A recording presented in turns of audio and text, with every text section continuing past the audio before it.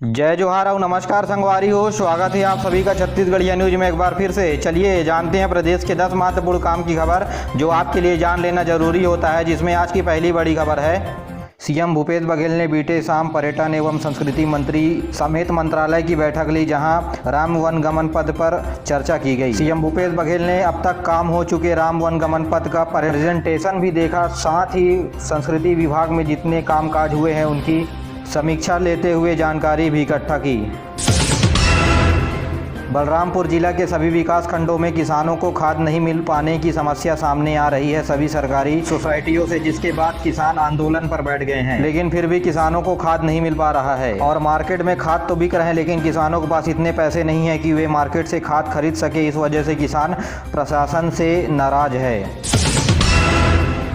मामला धमतरी के Mahato Ram ढेवर English medium शासकीय स्कूल का है, जहां स्थानीय बच्चों को एडमिशन नहीं देने पर बसपा और स्थानीय लोगों ने कलेक्टर का घेराव किया। इसके बाद मुख्यमंत्री के नाम जिला प्रशासन को ज्ञापन भी सौंपा गया। दरअसल धमतरी के बठेना स्कूल को सरकारी स्कूल को इंग्लिश मीडियम स्कूल में बदला गया और हिंदी मीडियम स्कूल बंद हो गया, जिसके बाद हिंदी मीडियम के बच्चे शिक्षा से वंचित हो गए। लेकिन अधिकारियों ने कहा था कि इंग्लिश मीडियम स्कूल खुलने के बाद हम हिंदी मीडियम के बच्चों को इंग्लिश मीडियम स्कूल में भर्ती के लिए आवेदन दिलवाएंगे, लेकिन ऐसा नहीं हो सका, जिसके बाद कलेक्टर के घेराव स्थानीय लोग और बसपा के कार्यकर्ता मुख्यमंत्री के खिलाफ नाराजगी जाहिर करी है।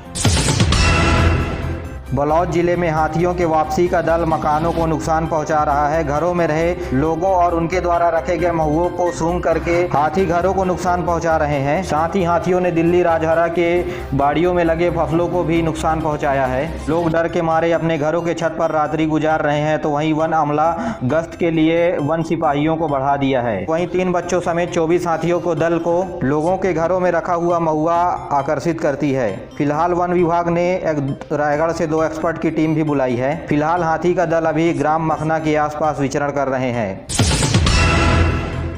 छत्तीसगढ़ में पिछले 24 घंटे के दौरान 319 नए मरीज मिले हैं और एक मरीज की कोरोना से मृत्यु भी हो गई है, तो वहीं 443 मरीज डिस्चार्ज भी हुए हैं। एक्टिव मरीजों की संख्या 5320 है। छत्तीसगढ़ में अब तक 9,96,337 लोग संक्रमित हुए हैं, जबकि अभी तक 13,657 मरीजों की मृत्यु हो चुकी है। तो वहीं छत्तीसगढ़ में 9,77,330 मरीज कोरोना से स्वस्थ होकर घर लौट चुके हैं।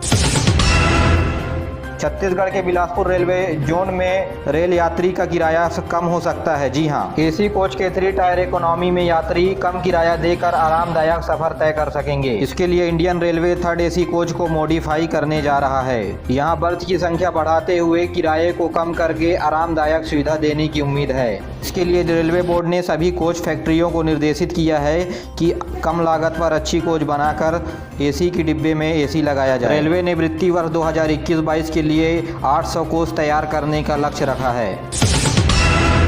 बलौदा बाजार से एक बड़ी खबर, जहां एक महिला टीचर का 8 महीने से वेतन रोक दिया गया। बकरा भात के लिए चंदा नहीं देने पर वेतन को रोक दिया गया है, आरोप लगाया गया है। शिक्षिका ने स्कूल के प्रिंसिपल और बाबू पर भी मानसिक प्रताड़ना और बदसलूकी का आरोप भी लगाया है। शिक्षिका ने इस मामले पर लिखित में मुख्यमंत्री से शिकायत की है। अब देखना ये होगा कि मुख्यमंत्री इस पर क्या त्वरित एक्शन लेते हैं ट्विटर के माध्यम से।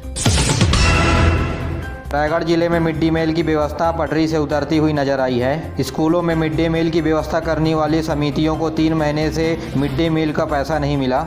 इधर उधार न मिलने से शिक्षक भी अपना हाथ खींच रहे हैं और अधिकारी कह रहे हैं कि कोविड की वजह से भुगतान में देरी हो रही है। स्कूल बंद होने की वजह से स्कूल में पढ़ने वाले बच्चों को सूखा राशन वितरण करने के लिए सरकार ने निर्देशित किया है। रायगढ़ जिले में टोटल 71,000 बच्चों को राशन मिलना है। तय राशन के मुताबिक मिड डे मील में एक बच्चे को 40 दिनों के लिए 800 ग्राम दाल और 4 किलो चावल, 400 ग्राम सोया बड़ी, 250 ग्राम अचार और 250 ग्राम नमक और 200 मिलीलीटर तेल का वितरण सरकार की तरफ से किया जा रहा है। लेकिन सूखा व्यवस्था के नाम पर जमीनी हकीकत पर कुछ और व्यवस्था दिखाई दे रही है। बच्चों को कहीं राशन के नाम पर आधा सामान दिया जा रहा है तो कहीं कुछ दिया भी नहीं जा रहा है। ऐसे में बच्चों के शिक्षा के स्तर के साथ साथ स्वास्थ्य पर भी बुरा प्रभाव पड़ रहा है।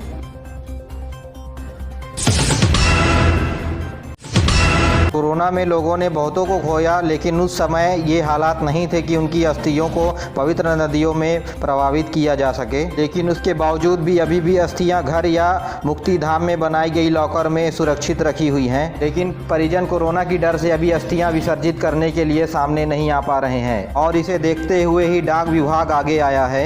अस्थि विसर्जन करने वाले सौजन्यों को www.homedarshan.com में जाकर के रजिस्ट्रेशन करना होगा। इस दौरान भरे गए फॉर्मेट के अनुसार पवित्र स्थानों की नदियों के नाम और अस्थि विसर्जन करने के लिए पंडितों का नाम और नंबर मैसेज में भेज दिया जाएगा आवेदक के। इसी पते में अस्थियों को स्पीड पोस्ट डाकघर में जाकर के करना होगा और अस्थि विसर्जन करने के बाद डाक विभाग के द्वारा इस आवेदक को एक गंगा जल की बोतल भी दिया जाएगा। इस काम के लिए डाक विभाग और संस्था के बीच अनुबंध हुआ है। इस सुविधा से ऐसे लोगों को राहत मिलेगी जो अस्थि विसर्जन करने के लिए अपने परिजनों का पवित्र नदियों वाले धार्मिक क्षेत्रों में नहीं जा पा रहे हैं संक्रमण के चलते।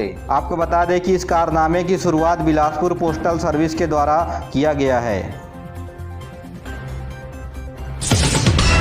प्यारे साथियों, आगे बढ़ने से पहले एक जरूरी सूचना, अगर आपने अभी तक चैनल को सब्सक्राइब नहीं किया तो सब्सक्राइब कर लें, बेल आइकन को दबा करके ऑल नोटिफिकेशन को ऑन कर ले ताकि छत्तीसगढ़ की न्यूज़ की अपडेट आप तक सबसे पहले पहुंचती रहे।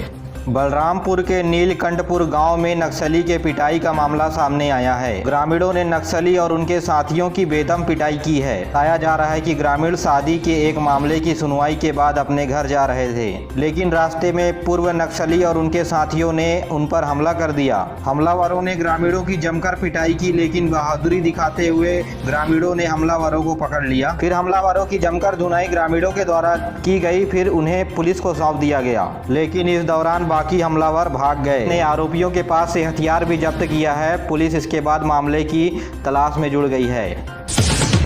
कोरबा में मामूली विवाद में पड़ोसी की हत्या का मामला सामने आया है। बरसात के पानी की निकासी के मामले पर पड़ोसी की हत्या कर दी गई। बताया जा रहा है कि पानी की निकासी को लेकर के शख्स ने पड़ोसी के सिर पर डंडे से जोरदार वार कर दिया, जिसकी वजह से पड़ोसी की मौत हो गई। हालांकि आरोपी ने ही पड़ोसी को अस्पताल पहुंचाया, लेकिन उसकी मौत की खबर मिलते ही फरार हो गया। आरोपी को पुलिस ने गिरफ्तार कर लिया है, लेकिन इस घटने के बाद इलाके में सनसनी फैल गई है।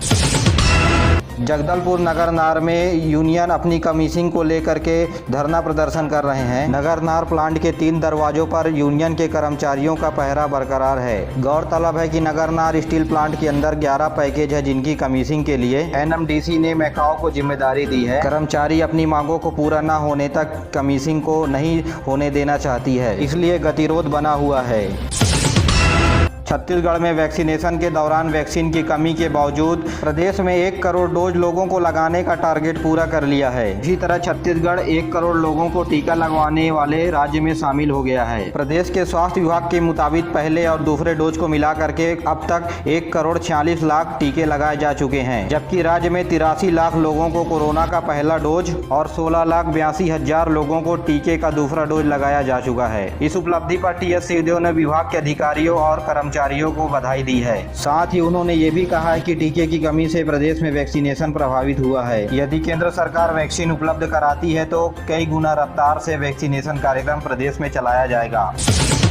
मेरे प्यारे साथियों, आज के लिए बस इतना ही। वीडियो पसंद आए तो वीडियो को लाइक करें, चैनल को सब्सक्राइब करना ना भूलें और अपने दोस्तों के साथ जरूर शेयर करिए। दीजिए मुझे इजाजत, मिलते हैं अगले वीडियो में। तब तक के लिए जय हिंद, जय छत्तीसगढ़।